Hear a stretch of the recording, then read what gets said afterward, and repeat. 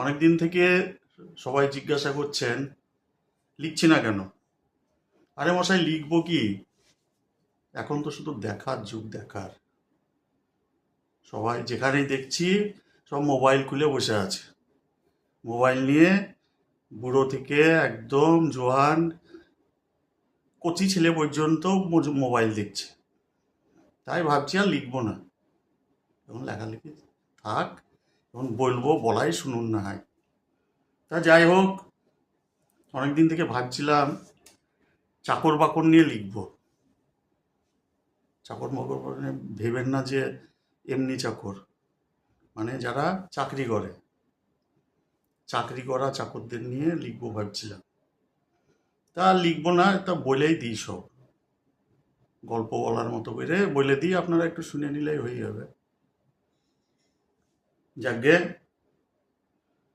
সরকারি চাকরদের কথা তো আপনারা জানেনই, অল্প বেশি সবারই অভিজ্ঞতা আছে। আমার বিশেষ কিছু বলার নেই, তবুও আমার অভিজ্ঞতা কিছু কিছু আপনাদের সাথে শেয়ার করছি।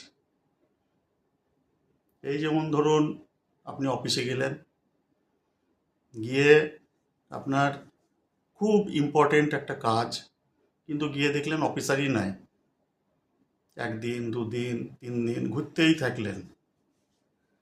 তো অফিসার যখন আসবে, কাজ হবে, অফিসারের মর্জি মাফিক আসবেন। তিনি সরকারি চাকর, তার উপরে নির্ভর করে সব। তা আপনি মশাই ঘাবড়াবেন না, কারণ আপনার রাগ হবে, আবার অনেক সময় একটু হিংস্র হতে ইচ্ছে করবে, কিন্তু সরকারি চাকররা এমনি এইরকমই। এই চাকরদের আবার প্রকারভেদ আছে। এই চাকরদের ভাগটা আমি তাদের মাইনের অঙ্ক দিয়ে করি।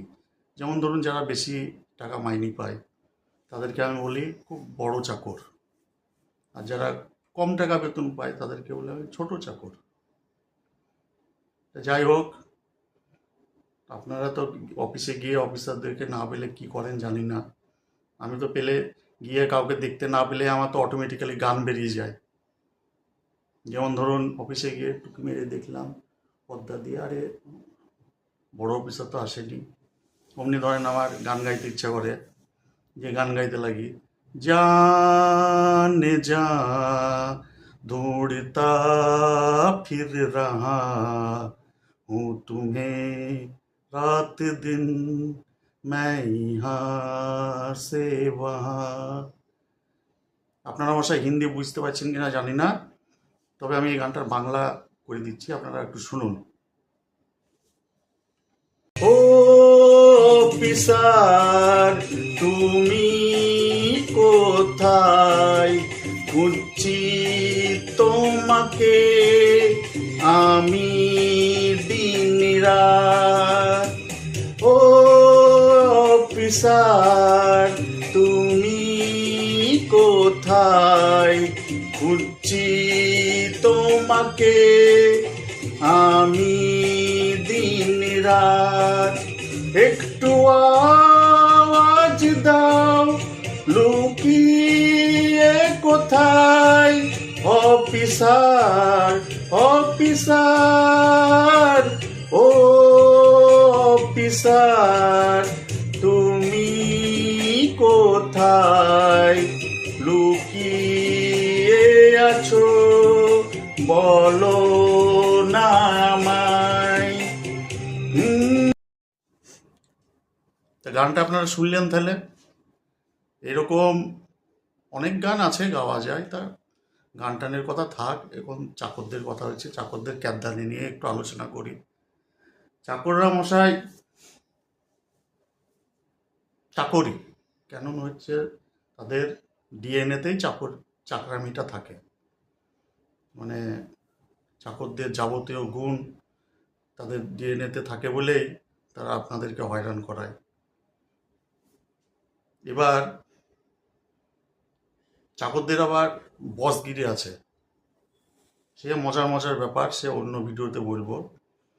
এখন এদের ক্যাবদানি নিয়ে কথা বলি, আর শেষ পর্যন্ত একটু দেখবেন, কারণ লাস্টে টুইস্ট আছে। একটা মজার জিনিস দেখাবো আপনাদেরকে, যেটা দেখলে আপনি বুঝতে পারবেন চাকর এবং আমরা এবং জনসাধারণের পার্থক্যটা কোথায়। তা লাস্ট পর্যন্ত দেখলে বুঝতে পারবেন। এই নিয়ে অনেক গল্প বলা যায়। তা এখন যে চাকরদের ক্যাদদানি চলছে,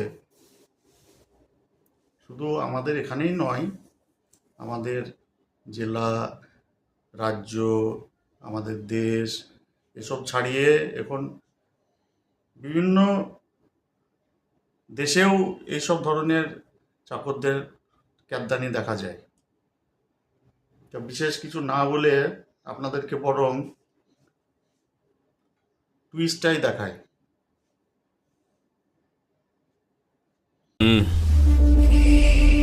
आपकी बात मानने के लिए मैं पुलिस वाला नहीं हूं। मैं पब्लिक हूं और तुम पब्लिक सर्वेंट हो। हमारे टैक्स से तनख्वाह पाने वाले नौकर हो। अब मैं जो कहूंगा वो तुम करोगे, समझ गए? It's time for you to obey the orders. What? Obey the order and sit. हे सुभाष, ए, चुपचाप बैठ जा। बैठ।